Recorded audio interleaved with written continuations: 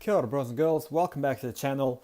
We're up to chapter 3, map 1 of the Uncollected Quest. We're going to do a first run through this one and see how we go. So chapter 3 is normally when it gets a little bit harder. We have one path which is counter tactics and dismay. It's a very tough path. This path here looks like plain vanilla. And this path looks like precision, aggression and precision. So that's not so bad. We might take the plain vanilla path because we're never sure how tough the boss is going to be. So let's run on the easiest path and then get to the boss, figure him out, and then decide to do the difficult ones. Also, this path starts with attack, which gives my Corvus a charge, so I like this path.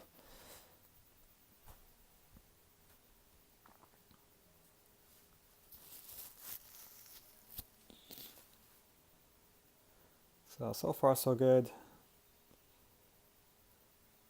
There we go, pick up the first charge very easily.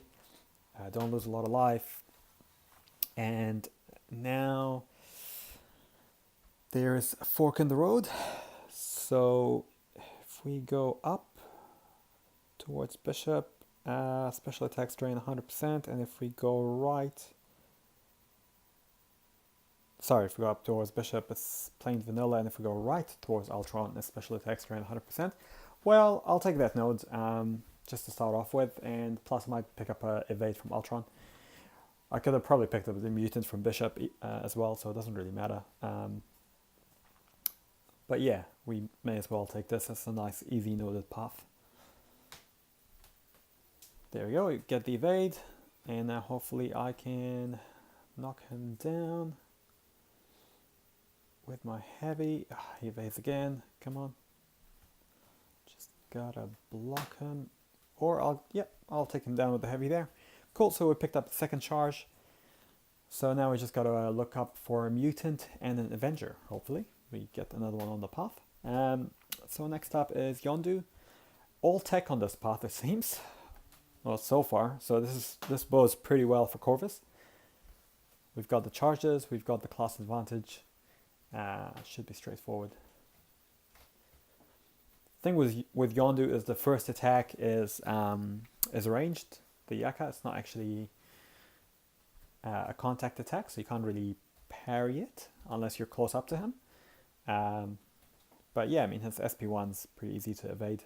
I have not figured out for the life of me how to evade his SP2 though, so don't push him to his SP2. It's really painful.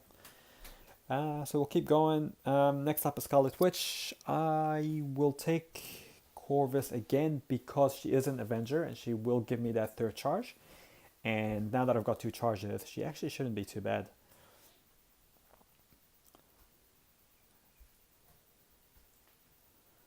There we go, very nice, very, very nice damage. And yep, that takes care of her, nice and easy. Pretty simple stuff, we'll keep going along. And we'll port through to the next bit. So here we get another split. And Phoenix is power drain and Carnage is plain vanilla, so we might as well do the power drain. We're on this noded path anyway. And also I can pick up my final charge from Colossus because he's a mutant, so let's take care of Phoenix first, do Colossus, and then we've got a fully charged up Corvus.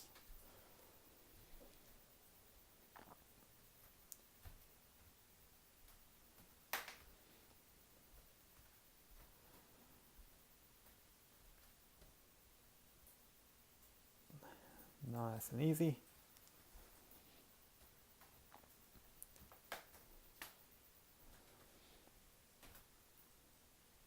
And ooh, new character, Nick Fury, it looks like. Got the little patch there. Just keep thinking of the actor who does it. Samuel Jackson does it. Yeah, he just looks exactly like him.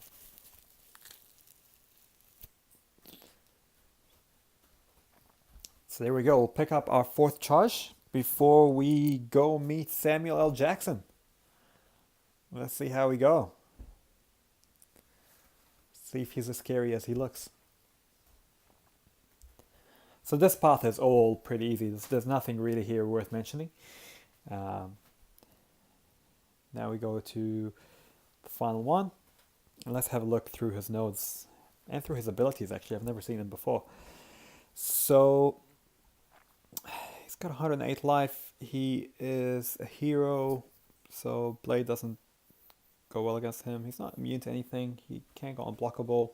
Extended debuffs, Enhanced Fury, Shank. When strike at the block, he's got a 40% chance to inflict bleed. So having a bleed immune would be nice. And tactical adjustment. So he gets a tactical charge. I think where you would get a bleed. Life model decoy is destroyed instead, and he returns to the fight with permanent Fury's Fury buff and stun immune. Oh, okay. And then he degenerates his life down to 30. Okay. When striking the bleeding opponent, his critical rating is increased. Under the effect of a regen, his bleeds are more potent. Basic attacks can bleed, medium attack. Basically anything can bleed, light, medium, heavy. When hitting into auto block, he's stun immune, he has a 100% chance to bleed. Knocking down an opponent purifies all non-damaging buffs, debuffs. He can get a stacks of bleed. Wow, that looks really good. Internal bleed, I guess that's probably like Domino's critical bleed. So he starts with some charges, and every time you strike him, he gains 1. But every time you strike him 4 times with the mutant, he gets 1. And at 5, you can't miss or evade him. But I've got CG, so it doesn't matter. At 10, he can purify debuffs. At 15, he becomes unblockable, so we don't want that. But at 20, everything is removed and replaced with, oh wow, a reasonably strong Fury buff and attack rating. So SP1 gains 4 charges, SP2 causes a lot of bleeds. Okay, well, so he's got the ability to do a lot of damage. Let's see how good he does in defense. So the only mutant I have is Archangel. Should I take in Thor for a bit of a play, or just trying to decide? Yeah, I might do actually. I might take Thor in and just test out the waters here a little bit. So,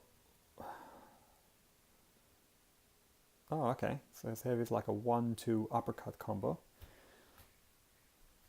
and he's picking up a lot of tactical charges. Oh, but they seem to drop over time, so they're not permanent. So we'll just wait for him. And now he's gained a few. That's kind of interesting. That's a little bit similar to Yondu's SP.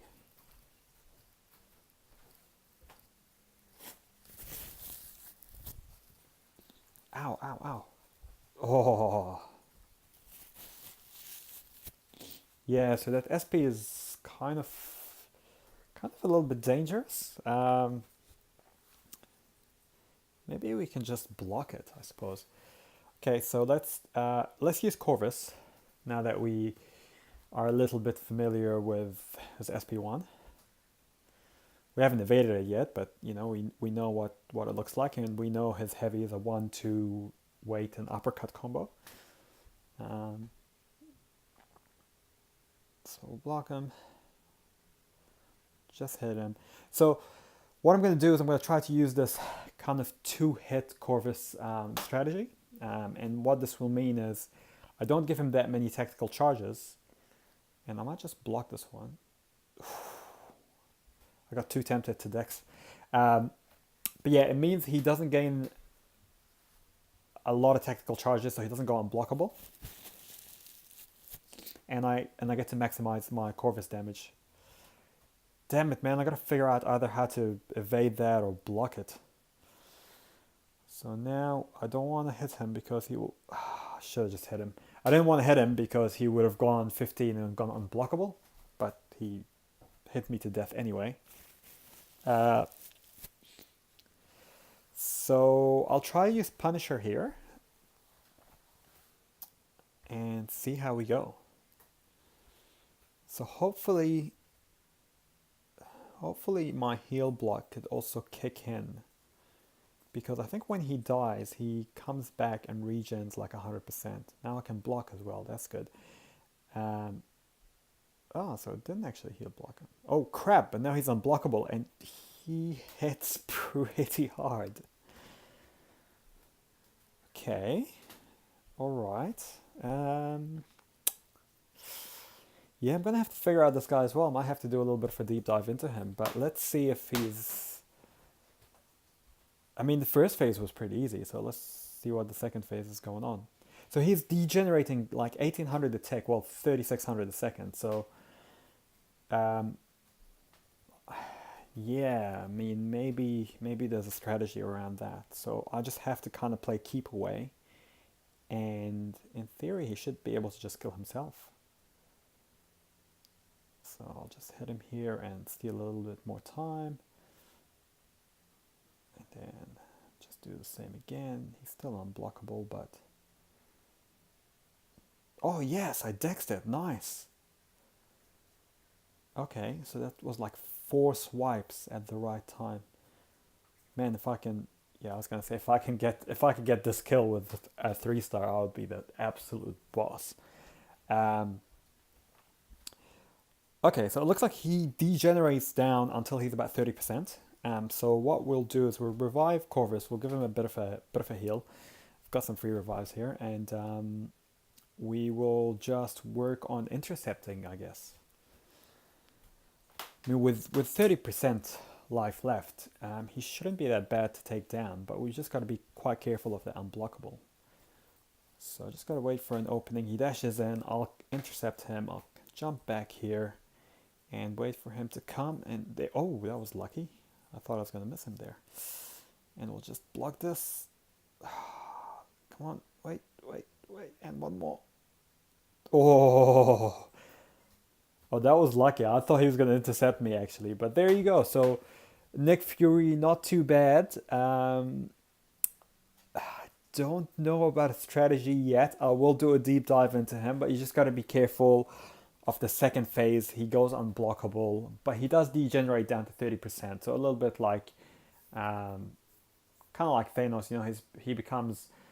First phase is quite easy, and then second phase is almost quite easy until he has 30%, and then you got to deal with that unblockable in a different way other than just dancing around and letting him degen.